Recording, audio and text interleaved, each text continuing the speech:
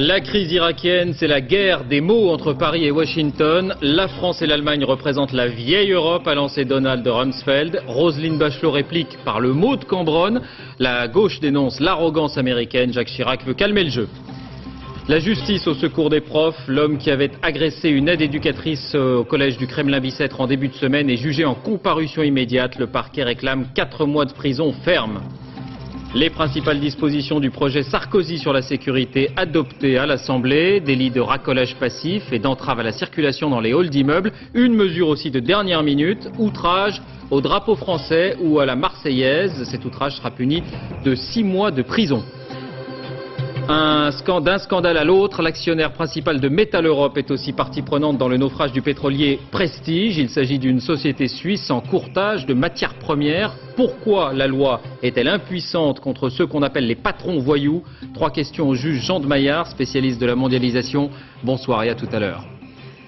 Enfin, cette découverte en Chine, les restes d'un petit dinosaure à 4 ailes ont été mis au jour. Il pourrait s'agir du premier animal volant. Bonsoir à tous, merci de votre attention. La guerre, si elle a lieu un jour, n'est pas encore déclarée contre l'Irak. En revanche, on peut bel et bien parler ce soir de confrontation verbale entre Paris et Washington. L'irritation est à son comble, c'est Donald Rumsfeld qui a lancé l'offensive. On a frôlé la crise et ce soir, des deux côtés, on cherche apparemment à calmer le jeu. Jérôme Bonny. Aujourd'hui, au sommet franco-allemand de Berlin, derrière les sourires, il y a un malaise provoqué par la petite phrase sévère décochée hier par le secrétaire américain à la Défense.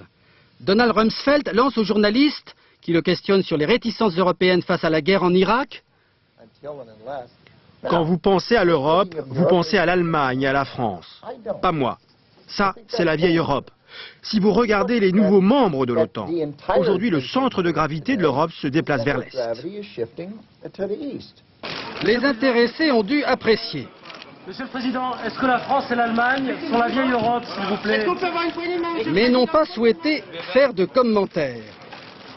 Le ministre français des Affaires étrangères, lui, relève diplomatiquement le manque de respect. Je crois que chacun exprime sa position, sa vision du monde, et on doit le faire avec beaucoup de franchise et de respect.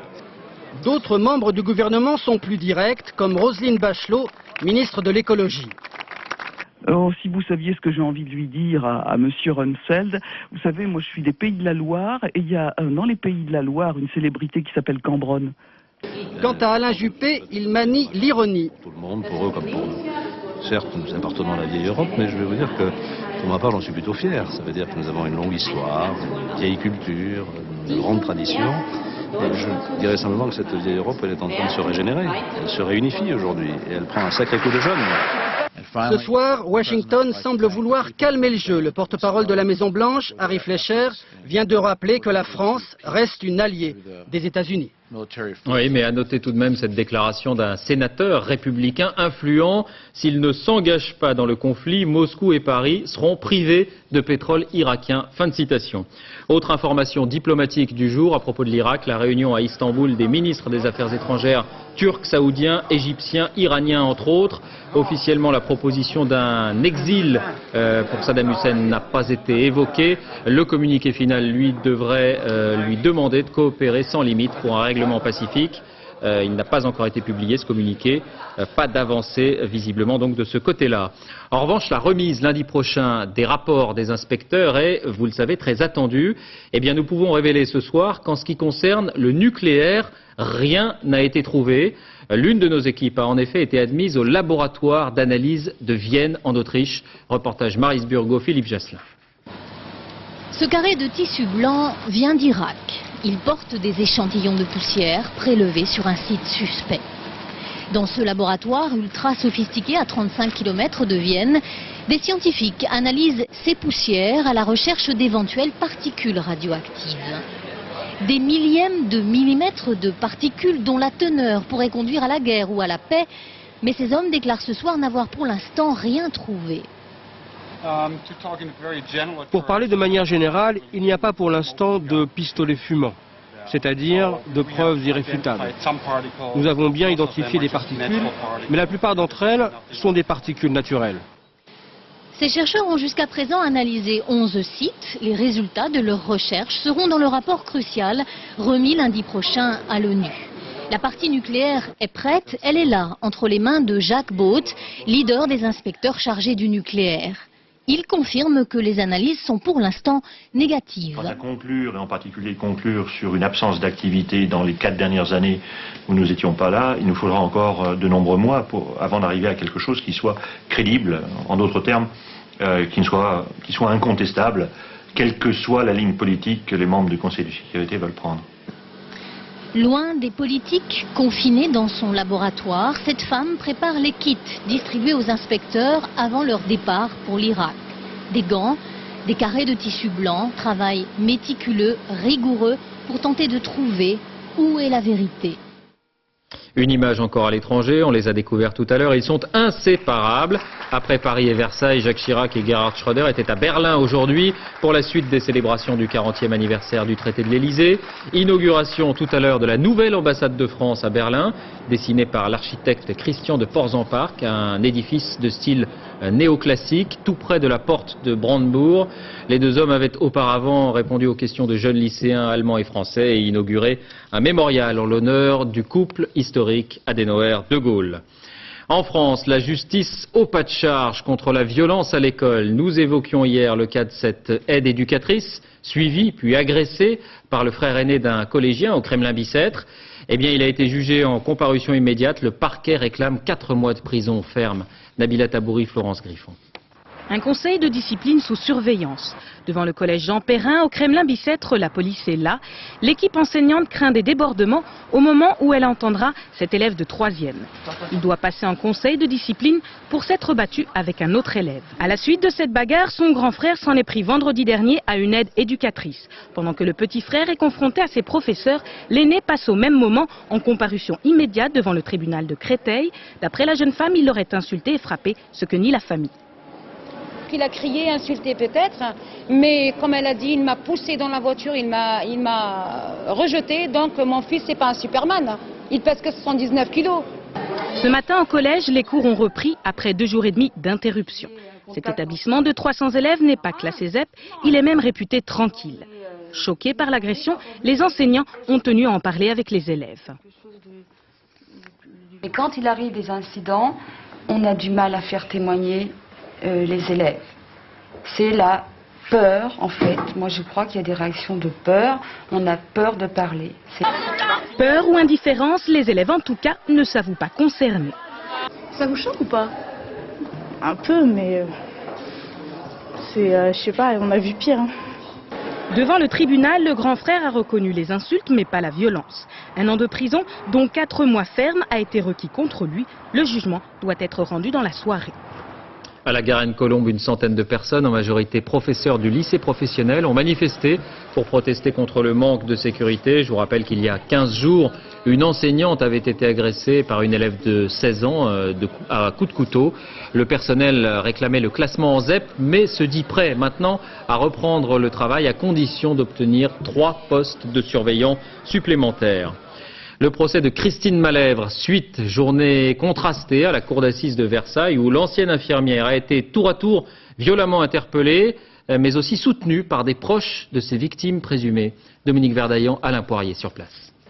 Il est venu de lui-même témoigner. Pascal Collin, frère d'une des 7 victimes, ne comprend pas le procès fait à Christine Malèvre. Dans la salle, il entend les soupçons qui pèsent sur l'infirmière. Elle aurait injecté une dose de morphine autre que celle qui était prévue. Patrice Collin est décédé quelques heures plus tard. Il entend aussi cette infirmière. Je ne pouvais pas garder cela pour moi, dit-elle. Je pense que Christine Malèvre l'a euthanasiée. Pascal Collin reste sur sa position. En mon âme et conscience, sur le cas de mon frère, je n'ai aucun soupçon sur Christine Malèvre. Il n'y a rien, il n'y a pas eu de preuve. Moi, quand je me suis rendu à l'hôpital voir son chef de service, on m'a jamais dit, le directeur de l'hôpital m'a jamais convoqué, le commissariat m'a jamais convoqué. Mais dans l'après-midi, la tonalité change. Jacqueline Kosman fixe Christine Malèvre. Depuis 5 ans, elle attend une réponse. Pourquoi avez-vous donné la mort à mon mari? Il n'avait rien demandé. La voix est à peine audible. Jamais je n'ai voulu lui donner la mort, je suis désolé, répond Christine Malev. Quelques minutes plus tôt, c'était une autre veuve qui s'était adressée directement au président de la cour d'assises. Pensez-vous qu'étant moi-même infirmière, nous puissions faire une telle demande? Absolument pas, poursuit-elle. Mon mari voulait simplement rentrer à la maison. À noter ce soir un document exceptionnel dans le magazine Envoyé spécial. Une équipe a passé 4 semaines avec des jurés d'assises, des citoyens comme vous et moi, choisis pour juger un infanticide à 20h55, donc tout à l'heure sur notre antenne. En bref, le procès des 4 meurtriers ou complices présumés d'une adolescente de 12 ans à Douai. L'avocat général a requis 20 ans de prison ferme pour les 2 principaux accusés. Rappelons que le mobile du crime était que la victime aurait prétendu être enceinte de l'un d'entre eux. Verdict dans la soirée. Et puis le mystère Estelle, toujours aucune piste plus de 2 semaines après la disparition de la fillette. Mais en l'absence d'indices, les policiers ont ouvert leurs archives. Ils se sont aperçus que plusieurs disparitions d'enfants avaient été signalées dans le département ou pas très loin, il y a une quinzaine d'années. Yvan Martinet, Jérôme Soulard. Mai-juin 1987, en région parisienne, successivement, 4 enfants disparaissent. Parmi eux, la petite Perrine, âgée de 7 ans. Son corps est retrouvé 1 mois plus tard le long de ce chemin à Chelles, à quelques kilomètres seulement de Guermantes. Le crime ne sera jamais élucidé. Une proximité géographique avec la disparition d'Estelle qui intrigue les enquêteurs, même si 15 années se sont écoulées. Pour explorer cette piste, les policiers vont devoir se plonger dans leurs fichiers. Un homme aurait-il pu disparaître pendant toutes ces années pour réapparaître récemment dans la région? Estelle s'est volatilisée depuis maintenant 2 semaines et malgré les moyens déployés, toujours rien. La personne qui a fait, au moins qu'elle dise quelque chose, qu'elle donne une indication, bon, la libérer, évidemment, la libérer. Mais il est trop tard. Enfin... Pourtant, ces jours derniers, les policiers ont cru être sur la bonne piste. 3 fois, un inconnu appelle au domicile de la mère d'Estelle d'une cabine de Cavaillon dans le sud de la France. Il prétend détenir l'enfant, dit qu'il la rendra. En fait, il s'agirait d'un déséquilibré. Les enquêteurs sont désormais épaulés par l'Office national de recherche des personnes disparues. Une nouvelle structure qui associe policiers et gendarmes. À leur disposition, une banque de données regroupant tous les dossiers de disparition. Un outil supplémentaire pour la police judiciaire de Versailles qui, dans cette affaire, explore déjà 240 pistes différentes. Dernière minute, le jugement dans le procès en comparution immédiate du frère de ce collégien jugé au Kremlin-Bicêtre après avoir agressé une aide éducatrice. Il a été condamné à 6 mois de prison avec sursis, à 800 € d'amende. Les suites de la grande pagaille sur les autoroutes franciliennes en début d'année, la compagnie Cofiroute qui avait fait amende honorable joint le geste à la parole. Elle va verser un chèque de 300 000 € au Conseil général des Yvelines qui réclame le remboursement d'une partie des frais engagés pour porter secours aux milliers d'automobilistes bloqués cette nuit-là sur l'autoroute A10. Et à propos de route, la diffusion d'une circulaire pour mettre fin aux indulgences. Faire sauter les PV, c'était déconseillé. Eh bien, cela devient maintenant une faute. Nicolas Sarkozy, ministre de l'Intérieur, menace même les policiers et les gendarmes de sanctions. Alain Doubeski, Philippe Turpot. On les trouve presque toujours injustes, alors on cherche à les faire sauter, à ne pas les payer et même parfois à les oublier. Je les oublie dans le vide-poche là. Vous les payez ou pas? Rarement. Rarement, pourquoi? Parce que je trouve que c'est illogique. Vous pouvez pas les faire sauter? Ça dépend, j'essaye, mais ça marche pas tous les coups, mais on y arrive un peu. Depuis toujours, c'est un sport national. C'est pourquoi le ministre de l'Intérieur a donné des instructions pour faire cesser la pratique du piston, de l'indulgence. Ces instructions s'appliquent à tous, quel que soit le niveau hiérarchique ou la responsabilité. En clair, cela veut dire par exemple que du gardien de la paix au commissaire, tous ceux qui font sauter un PV seront sanctionnés. Pour certains policiers, cela semble difficilement applicable. Ça a toujours existé. Et je veux dire, vous prenez une personnalité ou quelqu'un du showbiz qui peut avoir quelqu'un de haut placé au ministère ou à la préfecture de police dans ses relations. Je vois mal comment cette personne-là ne solliciterait pas l'indulgence auprès de son interlocuteur. Les hommes politiques aussi sont concernés. En premier lieu, les députés, souvent sollicités dans leur circonscription. On est régulièrement saisi par des personnes d'abord qui s'estiment victimes d'une injustice, qui disent voilà, c'est pas tout à fait ce qui s'est passé, ou alors des personnes qui sollicitent une indulgence en expliquant qu'ils étaient pressés, qu'ils avaient des circonstances particulières, et donc ils nous saisissent assez régulièrement, oui. Dans sa lutte contre l'insécurité routière, le gouvernement cherche à s'attaquer à toutes les incivilités, des plus petites aux plus grandes. En France, 8000 personnes meurent sur les routes chaque année. Notez également que le texte contre la drogue au volant a été définitivement adopté. Conduire sous l'emprise de stupéfiants sera donc passible de 2 ans de prison et de 4 500 € d'amende, comme c'est déjà le cas pour l'alcool. Le dépistage sera renforcé et même systématisé en cas d'accident mortel.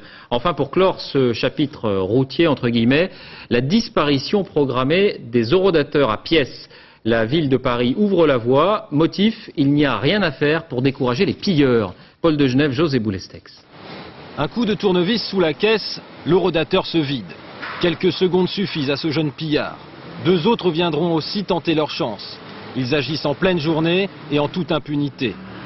Ceux-là, mieux équipés, se servent d'un appareil électronique. Ils vérifient que la caisse est pleine avant de partir avec. Ces pillages ont coûté plus de 12 millions d'euros à la ville de Paris l'an dernier. Il fallait trouver une solution. On a décidé d'en finir. Plus de stationnement payé par pièce, donc à la fois on n'aura plus de perte d'argent et en même temps un stationnement qui sera mieux organisé. À partir du mois de février, il faudra donc payer par carte. Des cartes que l'on peut déjà acheter dans les bureaux de tabac et que les Parisiens utilisent quotidiennement. Pour ceux de passage, comme cet automobiliste de province, la disparition des pièces risque en revanche de compliquer les choses. Si je veux respecter le paiement, il faut que je trouve une carte, je ne sais pas où je peux l'acheter. Et j'imagine que la carte sera vendue avec 15 heures dessus et il me faut 20 minutes de temps. Un seul mode de paiement sera ainsi accepté, mais pour certains, cette mesure ne paraît pas légale. C'est parfaitement illégal, puisqu'en aucun cas, on ne peut subordonner le paiement d'une redevance de stationnement à la possession d'une carte qui, au demeurant, représente un certain montant bien supérieur à la durée minimale de stationnement. La mairie de Paris souhaite aussi réduire son manque à gagner, prétextant des machines défaillantes. 80% des automobilistes parisiens ne payent pas leur stationnement. L'adoption maintenant des principales dispositions d'un texte phare du nouveau gouvernement, le projet de loi Sarkozy sur la sécurité. On va entrer dans le détail dans un instant. D'abord, cette mesure qui n'était pas dans le texte initial, mais qui a été votée aujourd'hui à l'unanimité. Dorénavant, l'outrage au drapeau français et à la Marseillaise sera puni. Émilie Lançon. Des images dont tout le monde se souvient. Les joueurs de l'équipe de France sont pétrifiés. Dans le stade, pour ce France-Algérie, des supporters sifflent la Marseillaise. 1 heure plus tard, ils envahissent le terrain. Ils sifflent. « Je m'en vais », s'écrie Jacques Chirac. 11 mai 2001, l'histoire se répète. Finale de la Coupe de France, pour la seconde fois en moins d'1 an, des supporters sifflent l'hymne national. Eh bien, je vous propose... Pour éviter une 3e fois, les députés ont adopté cet après-midi une disposition, 6 mois de prison et 7 500 € d'amende pour outrage au drapeau français ou à la Marseillaise. Adopté à l'unanimité. Le drapeau national, l'hymne national sont les symboles de notre volonté de vivre ensemble, de nos valeurs de liberté, d'égalité, de fraternité. On ne peut pas laisser ces valeurs-là piétiner, insulter, siffler, sans qu'on puisse le pénaliser. Identifier les semeurs de troubles dans un stade n'est pas facile, même si les députés comptent sur la vidéosurveillance.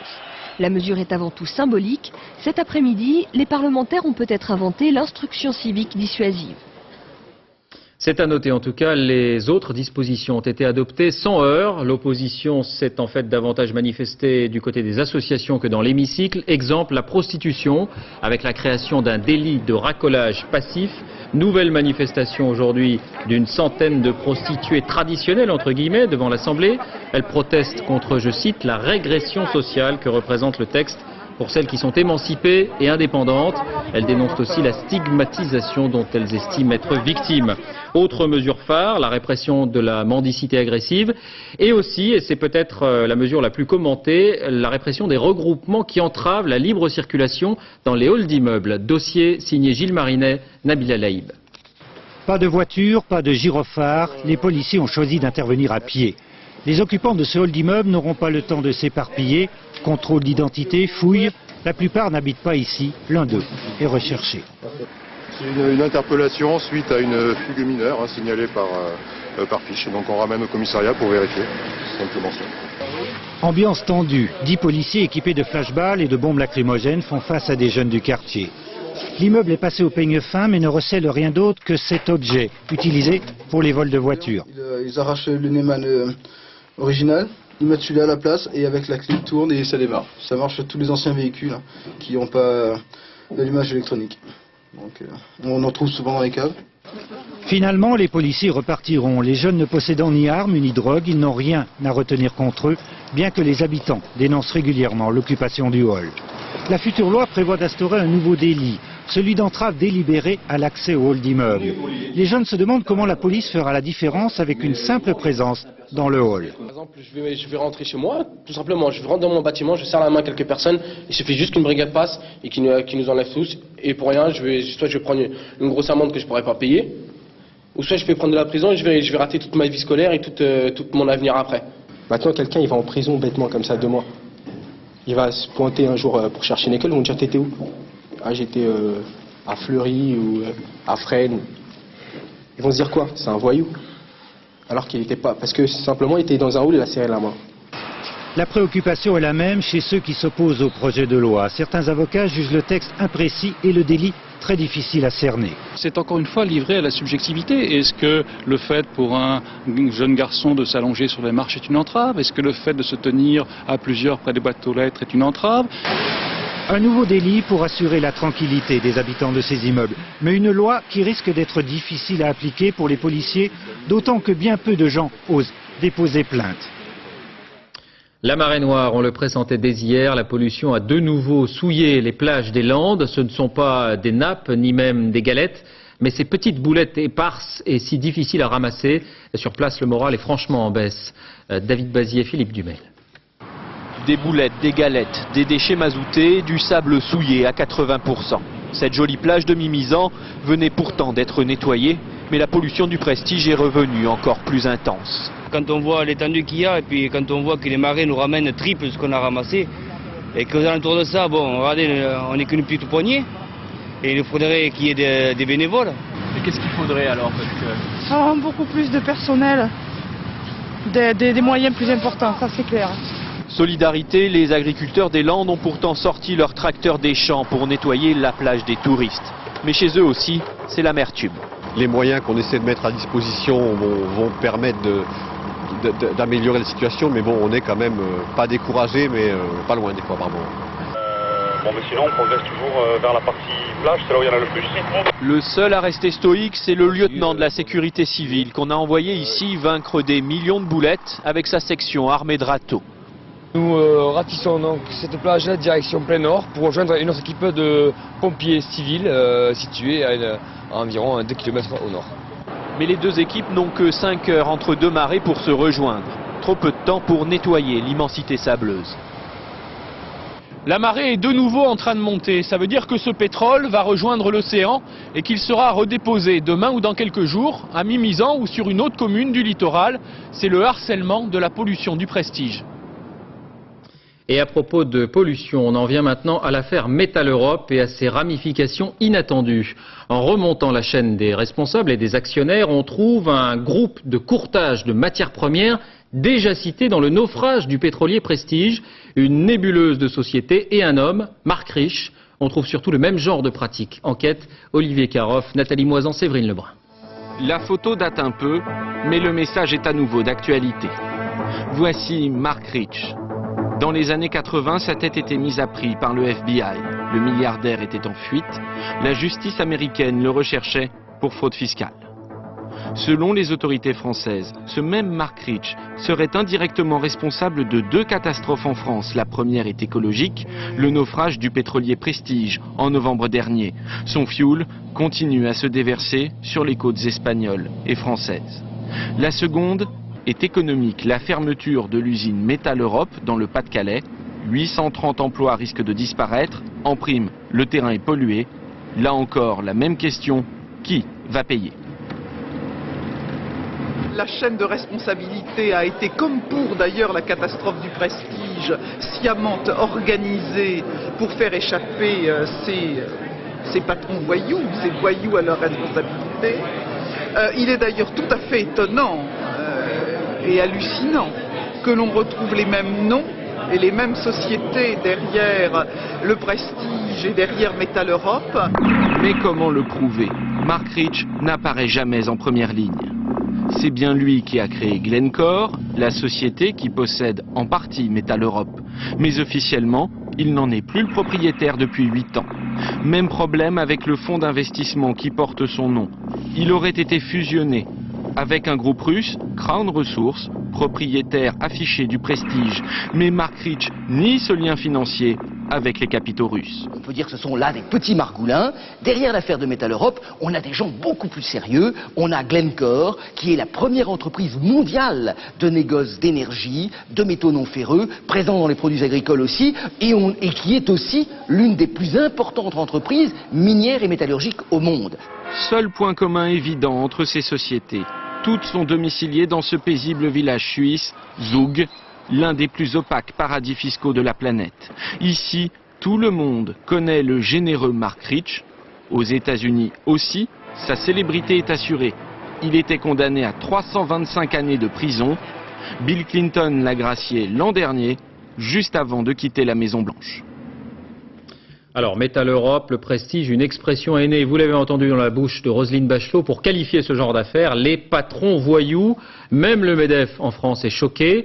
Alors, le gouvernement promet des poursuites, mais que peut-on vraiment faire? Vous nous répondrez, Jean de Maillard. Vous êtes magistrat, vice-président du Centre d'études sur le blanchiment et la corruption. D'abord, les précisions sur les montages juridiques utilisés, car il faut le préciser, dans l'affaire Metal Europe, il n'y a a priori rien d'illégal. Peggy Leroy, Bernie Merriot. Nous sommes à Paris, devant le siège de Metal Europe SA. Ce matin, nous avons essayé d'y interviewer la direction. Nous n'avons même pas pu rentrer. Même discrétion cet après-midi par téléphone. Je vous l'ai dit ce matin, pour l'instant, nous ne souhaitons ni faire interview, ni faire que de commentaires. Cette société française possède l'usine de Noyelles-Godault. Entre les deux entités juridiques, les liens sont uniquement financiers. Les salariés, en revanche, n'ont qu'un seul employeur. Les salariés, à titre individuel, ont un contrat de travail. Ils bénéficient d'un contrat de travail. Ce contrat de travail, il est intervenu avec l'employeur qui est la société Metal Europe Nord. Ils n'ont donc pas de lien de droit avec la société mère ou avec la holding financière ou avec l'actionnaire principal. C'est le groupe qui décide de fermer l'usine, mais la loi ne l'oblige pas à prévoir un plan social. C'est un administrateur qui sera nommé pour liquider l'activité. Seul moyen de se retourner contre la maison mère, démontrer qu'elle a organisé l'insolvabilité de sa filiale, un délit peu utilisé et difficilement prouvable. C'est l'article. Même chose pour la pollution, les grands industriels ont toujours su s'organiser pour ne pas payer les dégâts causés par la production de leur filiale. Même si le gouvernement, par un retournement d'attitude, envisage de faire payer la maison mère va se débattre et ça va durer des années et des années. Pour l'instant, à Noyelles-Godault, le seul espoir, c'est un repreneur. Le directeur a rencontré un candidat cet après-midi. Bon, Jean de Maillard, on cherche à comprendre cette impunité. C'est la loi qui est mal faite, c'est un dysfonctionnement? Non, ce n'est pas un dysfonctionnement. Je crois que c'est le mode de fonctionnement aujourd'hui des marchés internationaux, de l'organisation de l'économie et de la finance, qui utilise les montages juridiques, l'ingénierie juridique et financière, de façon à pouvoir couper éventuellement les possibilités de remonter les responsabilités. Alors, s'il y avait un moyen juridique, une mesure, une loi à adopter pour pouvoir au moins limiter et pour pouvoir peut-être contrôler ces agissements, quelle serait-elle? Écoutez, pour les spécialistes, il est simple dans son principe, il est très compliqué dans sa mise en œuvre. C'est la suppression des paradis bancaires, fiscaux et des pays qui hébergent des pavillons de complaisance. Tous ces pays vendent en quelque sorte leur législation à des investisseurs criminels parfois qui utilisent les possibilités de secret et d'opacité qui leur sont offertes pour échapper aux droits des autres États, ceux qui veulent essayer de respecter ou de faire respecter du droit. Cette expression de patron voyou, est-ce qu'elle vous semble recouvrer une réalité et est-ce que d'après vous, il y en a de plus en plus ou est-ce que ça a toujours existé? Bien entendu, ça a toujours existé, mais ce qui est vrai, c'est que la libéralisation des marchés, la globalisation économique et financière, la dérégulation a créé un formidable marché dans lequel il n'y a plus de gendarmes, il n'y a plus de lois. Tous les aigrefins, tous les flibustiers de la grande finance internationale ou des hautes mers, comme on le voit dans l'affaire du Prestige, finalement peuvent agir là et gagner des milliards de dollars ou d'euros sans que personne ne puisse les en empêcher. Et c'est ça qu'il faudrait essayer de résoudre, c'est contre ça qu'il faudrait essayer de lutter, et c'est là qu'il y a des difficultés parce que finalement tout le monde trouve intérêt malgré tout au niveau des gouvernements, au niveau international, à ce que la situation continue. Mais si solution il y a, ce serait d'abord du domaine de la coopération internationale. Oui. Vous savez, les juges, ils sont dans la situation, je voyais tout à l'heure votre reportage, des pompiers et des bénévoles qui sont avec leurs râteaux sur des plages immenses et qui essayent de ramasser des galettes de pétrole.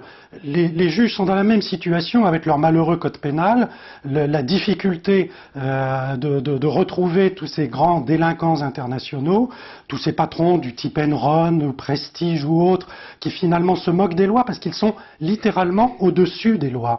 Il faudrait ramener la loi à ce niveau. Merci Jean de Maillard. C'est là qu'il y a le problème. Merci d'avoir répondu à nos questions et voilà une transition parfaite à propos de la mondialisation. Les sommets et contre-sommets de Davos et de Porto Alegre ont commencé aujourd'hui. Davos d'abord en Suisse, réunion des patrons et des grands de ce monde et l'heure n'est pas franchement au triomphalisme.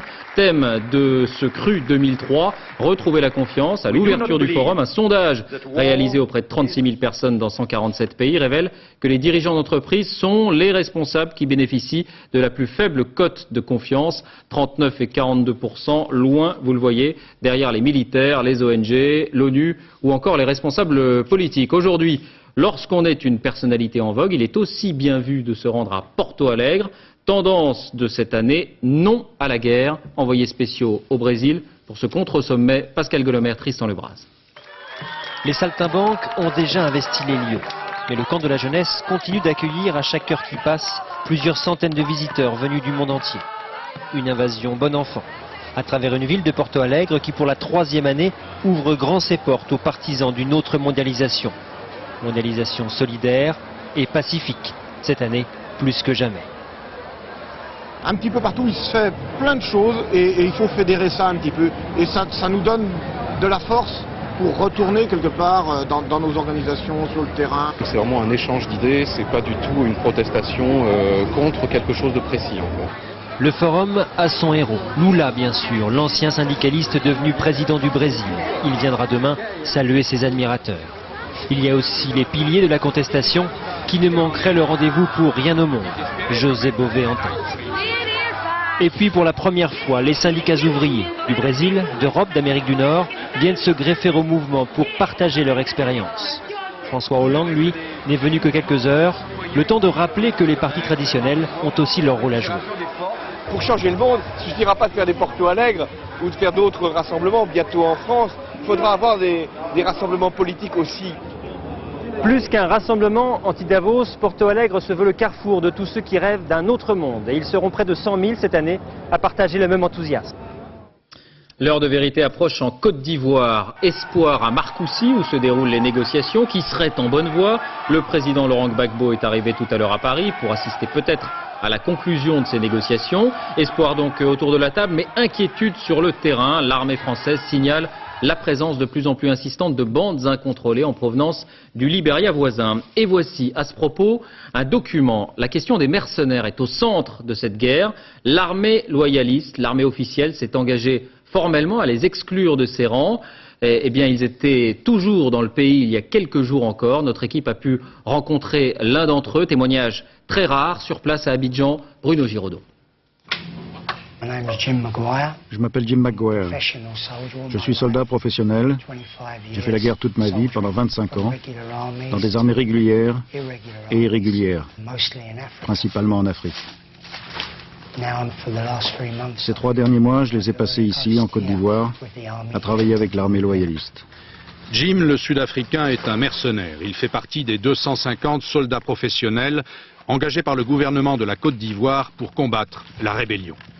Payés 6 000 € par mois, ces chiens de guerre, dont Abidjan a toujours nié l'existence, étaient d'abord chargés d'encadrer les unités de l'armée régulière. On a trouvé une armée qui était une armée de temps de paix, pas préparée à la situation dans laquelle ils ont été plongés. Et pour cette raison, on a dû leur donner un entraînement intensif et nous avons reformé des unités. Mais le plus important, c'est qu'il fallait que ce soit fait très rapidement pour pouvoir les envoyer sur le front. Quand nous sommes arrivés, la situation était dramatique et il fallait des hommes au front capables de se battre. Avec 15 de ses camarades et 150 soldats des forces loyalistes, Jim reprend la ville de Bloléquin, dans l'ouest de la Côte d'Ivoire. 10 jours de combats acharnés en pleine ville. On était si peu nombreux qu'on était dispersés dans toute la ville et l'ennemi aussi était dans la ville. On se battait de maison à maison, d'immeuble à immeuble. C'est ce genre de situation. On ne pouvait pas faire venir d'hélicoptères en soutien, ce n'était que du combat au sol. Les civils tués lors des combats, c'est la guerre, dit Jim, et les rebelles étaient partout mêlés à la population. Mission accomplie, le soldat de fortune rentre à Johannesburg. Dans son barda, pas de place pour les remords. J'ai toujours voulu être un soldat. Être sur le terrain, avec des camarades, ce sont de bonnes sensations, des poussées d'adrénaline. Laurent Gbagbo, le président ivoirien, s'est engagé à désarmer les mercenaires. Jim a une autre raison de rentrer chez lui, retrouver sa femme et ses 2 enfants. À 47 ans, la Côte d'Ivoire était son dernier contrat. Retour en France avec un déménagement peu ordinaire. 520 détenus sont en train de changer de prison à Toulouse. Le nouvel établissement est situé 20 km plus loin. Le transport devrait avoir lieu dimanche, sous très haute surveillance bien sûr. Isabelle de Lyon, Olivier Combe sur place. Regardez comment on est à 5 là-dedans, pas d'hygiène. Même si on fait le maximum pour être propre, on peut pas. Même si on fait le maximum, à 5 c'est impossible, c'est pas vivable. Voilà. Le 5e n'a pas de lit, il dort par terre. Dans la prison Saint-Michel, 280 places pour 520 prisonniers. En plein centre de Toulouse, un bâtiment du 19e siècle qui a très mal vieilli. C'est sale. Les détenus jettent leurs poubelles par les fenêtres. C'est plein de pigeons le jour, de rats la nuit. Quand on se trouve dans ces cellules avec des cafards, des araignées pourries, enfin vous avez vu, quoi, on se croirait dans Midnight Express, là. On se croirait dans les prisons turques ici, quoi. Dimanche, les prisonniers vont avoir l'impression de changer de siècle en découvrant la nouvelle maison d'arrêt de Seyss. Première d'une nouvelle génération, équipement dernier cri, 48 millions d'euros d'investissement, une douche et la télévision dans chaque cellule, un rêve de détenu, pas sûr. Je pense qu'on verra moins de gens qu'ici aussi. Ça vous inquiète ? Ça nous inquiète, c'est bien d'avoir un contact humain quand même. Hein. Un seul prisonnier par cellule, c'est plus de risques de suicide selon les syndicats de surveillants. Le directeur le sait. Nous, on détient une population, un concentré de population à problème et qui effectivement est dans une tranche d'âge avec des problématiques très particulières, que ce soit psychologiques, psychiatriques, qui font qu'il y a un passage à l'acte plus facile. Ceci étant, à nous de les repérer. Avec un quartier pour les mineurs, un autre pour les femmes, il y aura en tout plus de 700 détenus. C'est, paraît-il, à la mesure des besoins de Toulouse. Les sciences avec cette découverte en Chine qui permettra peut-être de comprendre quel est le chaînon manquant dans l'évolution animale, l'un des chaînons manquants, en l'occurrence comment sont nés les premiers oiseaux. Il s'agit d'un dinosaure, il est doté de 4 ailes, il vivait il y a 120 millions d'années. Agnès Monteux, Jean-Louis Melin. 4 ailes et une queue à plumes, étrange animal digne d'un conte qui a pourtant bien existé. Il y a 120 millions d'années, un dinosaure pas plus gros qu'un faisan, le Microraptor guy, planait d'arbre en arbre dans les forêts du Jurassique.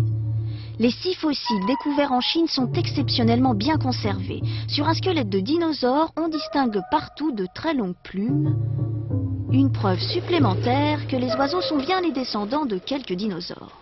Cet animal avait des plumes sur les bras, il y a des plumes sur les pattes de derrière, il y a des plumes sur la queue qui faisaient une vaste surface qui lui permettait de se maintenir en l'air pendant un certain temps. Mais probablement il n'était pas encore capable de se déplacer en battant des ailes comme le fait un oiseau actuel.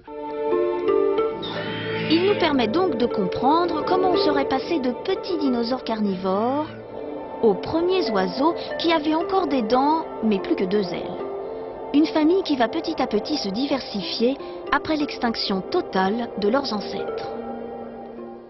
L'ouverture aujourd'hui du Festival de la bande dessinée d'Angoulême, 30e anniversaire, dans un climat d'euphorie. La BD se porte bien, plus 4% pour les ventes cette année 2002 par rapport à l'année précédente. 1890 titres publiés, c'est 4 fois plus qu'il y a 10 ans. Visite guidée du théâtre d'Angoulême, transformé pour l'occasion en boîte à images, avec pour guide le président du jury, le dessinateur François Scuiten, Christophe Hérault, Yves Ginca. Façade lézardée, issue obstruée, dans cette forteresse, ils ont caché leurs imaginaires.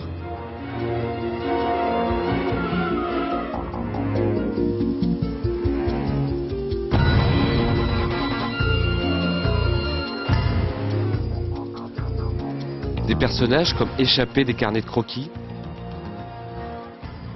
des machineries utopiques de leur compère belge Claude Renard,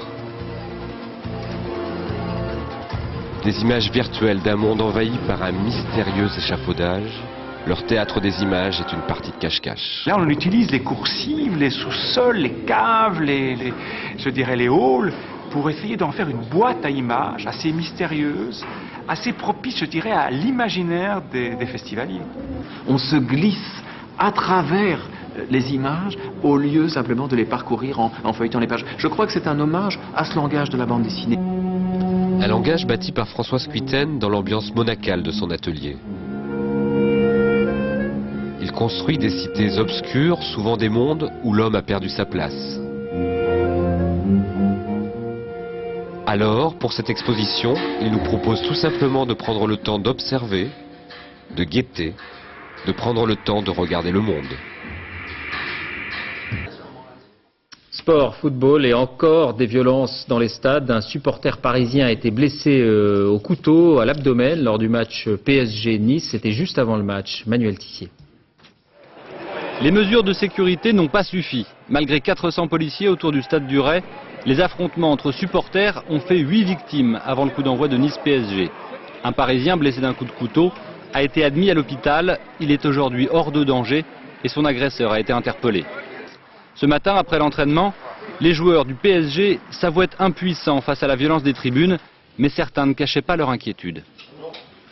Et les spectateurs en auront marre d'amener leurs enfants risquer de se prendre un coup de poignard. Moi, j'ai peur pour mon sport, ouais, quand je vois des trucs comme ça. Le truc, c'est ça, c'est que j'ai peur pour mon sport, quoi. Dans l'enceinte du stade, pendant le match, pas d'incident entre supporters. Sur la pelouse, en revanche, le ton est un peu monté. 2 expulsions parisiennes, Niarco d'abord, puis Luis Fernandez, renvoyé au vestiaire pour des propos déplacés envers l'arbitre assistant. L'entraîneur parisien pourrait suivre des tribunes PSG-Marseille samedi soir. Une autre rencontre sous haute tension. 2000 policiers seront mobilisés autour du Parc des Princes. Et tout à l'heure, l'Assemblée a adopté de nouvelles mesures pour lutter contre le hooliganisme. 2 mots de sport, pardon. D'abord, Agassi, qualifié en finale des internationaux d'Australie. Il a battu le Sud-Africain Wayne Ferreira et sera opposé à son compatriote Andy Roddick ou à l'Allemand Schuttler. Chez les femmes, nouvelle finale en famille entre les sœurs Williams. Et puis du patinage artistique avec un retour en argent pour le couple Abitbol-Bernadis. Les Français ont terminé 2e du championnat d'Europe en Suède. Le reste du podium est russe. Médaille d'or pour Tatiana Totminianina et Maxime Marinine. Fin de cette édition, merci de l'avoir suivi. À suivre la météo, Nathalie Riouet, Point Route, Valérie Maurice. L'info sur France 2, 20h55, envoyé spécial donc avec Françoise Joly. Dernier journal, 1h20, Laurence Piquet, on se quitte avec ses images de mode. Défilé d'Ungaro. Il présentait hier sa collection haute couture printemps-été 2003. Modèle très féminin, inspiré, me dit-on, d'Al Capone. À lundi. Nature